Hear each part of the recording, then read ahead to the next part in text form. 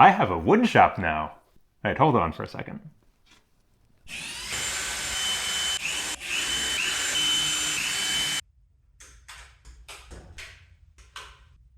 I've got a well-lit wood shop now, and I want to give it proper dust collection. In my last shop, I had one of those 2-horsepower Harbor Freight units, and I've still got the motor and the blower from it. It's a little big to fit on camera. And this works fine, I guess, but I want to give it proper dust separation.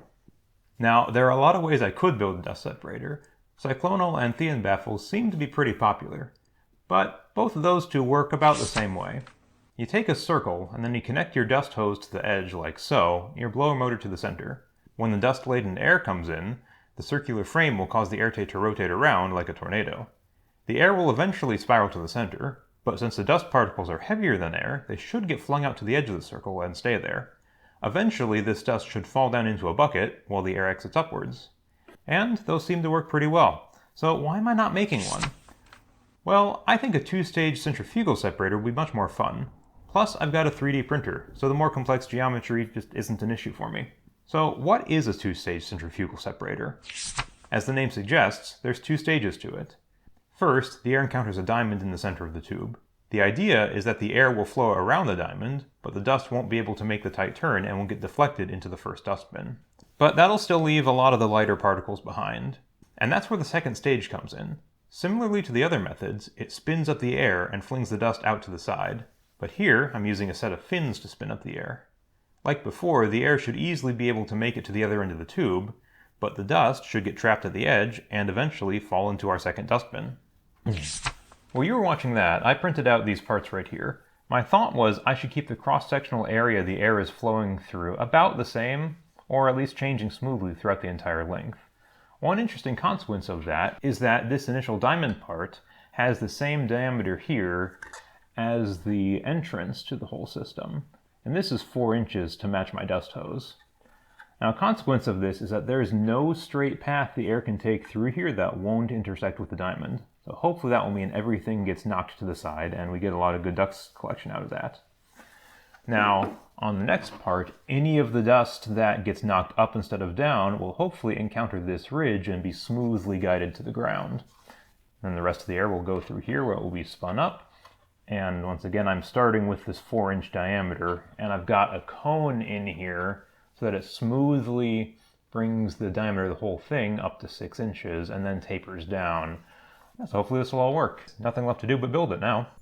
I started by laying out all the pieces on the workbench so I could get the total length of the separator. Next, I cut the tube to length on the table saw.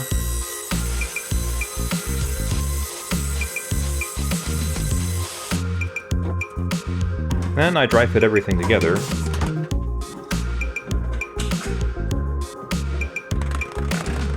And marked out where to cut the dust ports. Back to the table saw to actually cut them out. And I'm really glad I used clear PVC for this build. It's so much nicer to work with than any of the other clear plastics.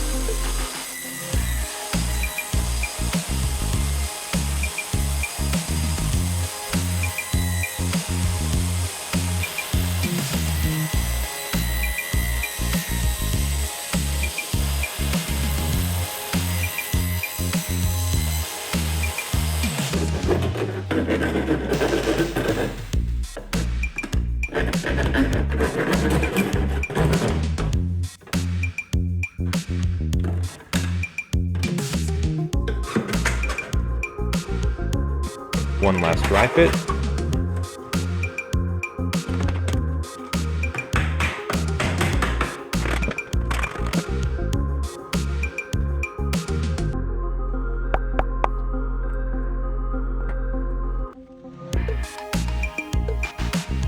Then I epoxied everything in place.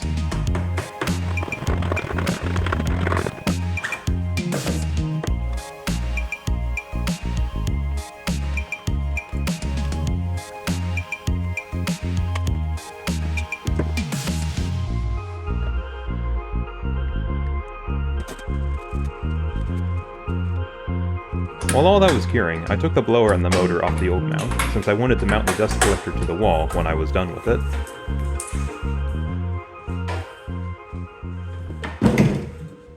Yeah, so I think what I want is to hang this off the wall, and then it's going to be blowing the exhaust downwards into a filter bag.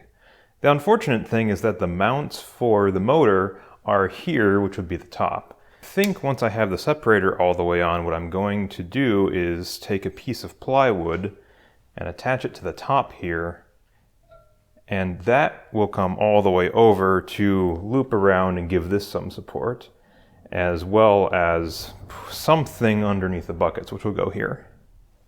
Okay, new plan. I think if I take off all these screws here, I can pull this out and rotate the mounting relative to the motor. So I'm going to try for that right now.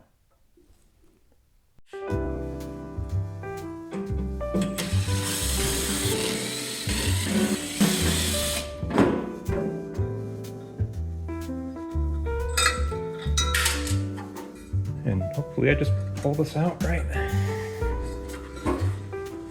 All right, one quick trip to Harbor Freight later, and we should be good to go here. This is just working.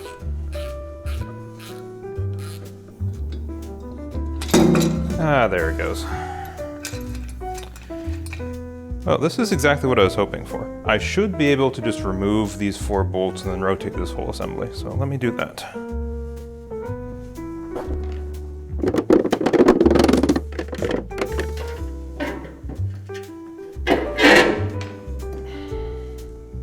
And I do not like the sound of that. Okay.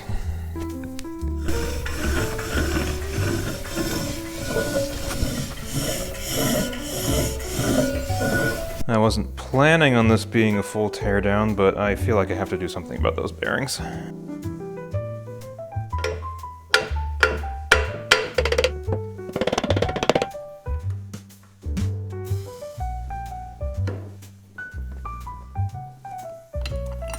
There we go. No wonder this sounds awful. At this point, I knew I had to replace the bearings, so I started pulling the motor apart to get to them. I mean, I guess if it gets the bearing out, I don't really care about getting this plate off.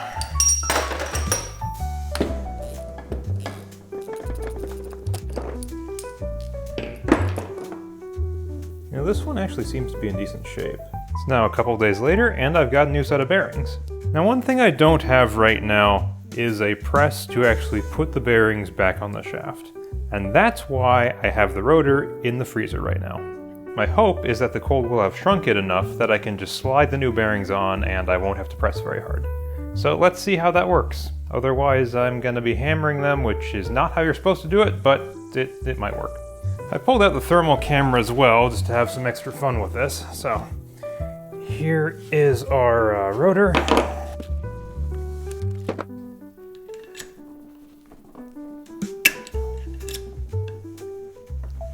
Okay. Well.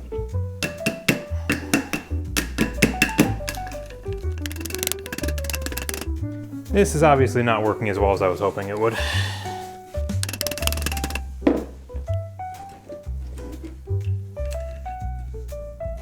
Well, this one worked perfectly.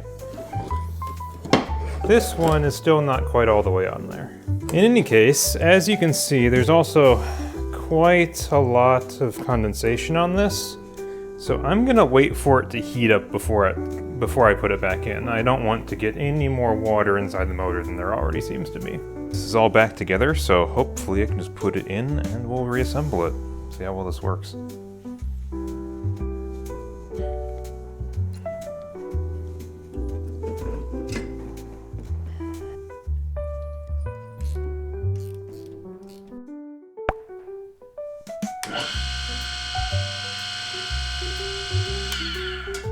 Well, I will call this a success.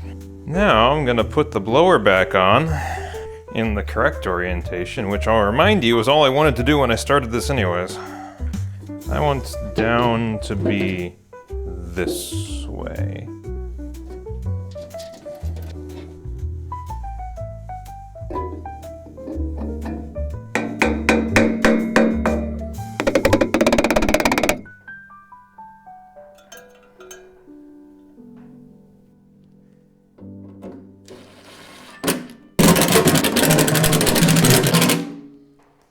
With the blower back together, I can get back to working on the separator tube. I started by epoxying the flanges to the dust ports.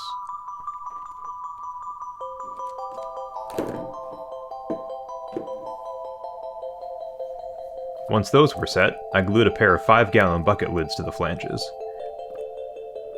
The glue is mostly there to stop any air leaks. To actually hold the lids on, I planned to screw into some strips of wood that I placed on the inside of the lids.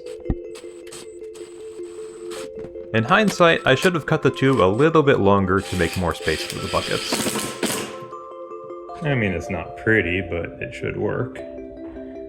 So the wood pieces just weren't working for this. I couldn't get the drill in the right spot. So instead, I'm going to take these old flanges, which had some issues, and use them as the interior side of the clamp. And hopefully this will work a bit better.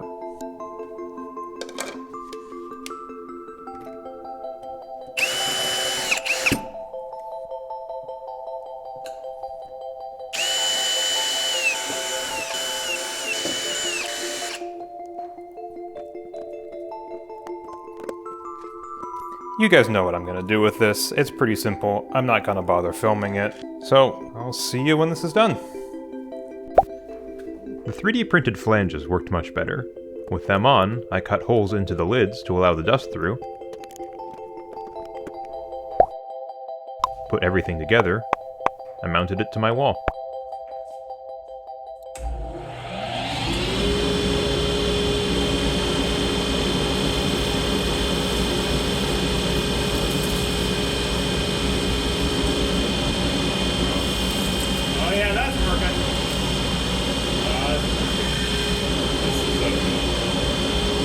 Definitely deflecting in there, and it's spinning just like it should. It's actually working. I mean, I thought this would happen, but it's nice to see it. Now that I knew it was working, I gave it a real test by cutting a 2x4 in half on my table saw.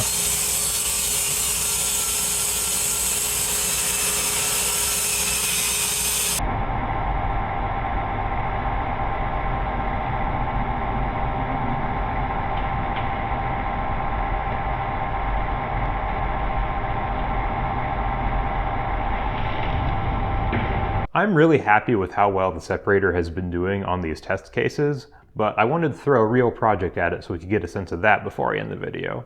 So I made this rather large picture frame. Can't really fit all of it in frame here, but it made a lot of dust. So let me show you how that turned out.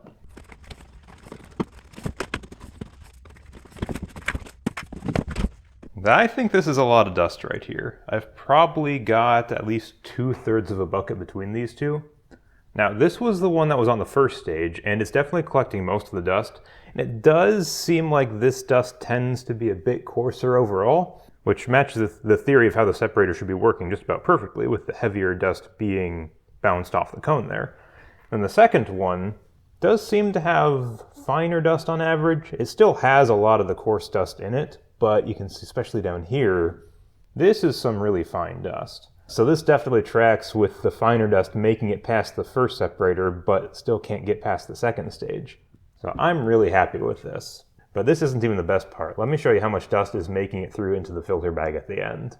This is the filter bag I have on the output of the collector. You can see inside there that there is almost no dust at all. There's just a little bit on the inside, but I put almost a 5-gallon bucket worth of dust through here, and there is almost nothing getting past. So I am very happy with this. I'm going to call this a great success.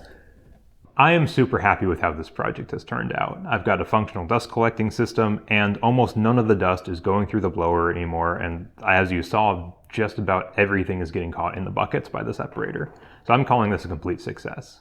If you want to try building one of these for yourself, I've uploaded the 3D files in the description, and you can have a look at it. It probably cost me about $150 between the tube and all the 3D printed parts and some of the fittings, so it's really not that expensive as far as a workshop upgrade project goes, especially not compared to the cost of the blower itself, which even for the Harbor Freight version is still several $100s. Anyways, I hope you liked this video, and thanks for watching.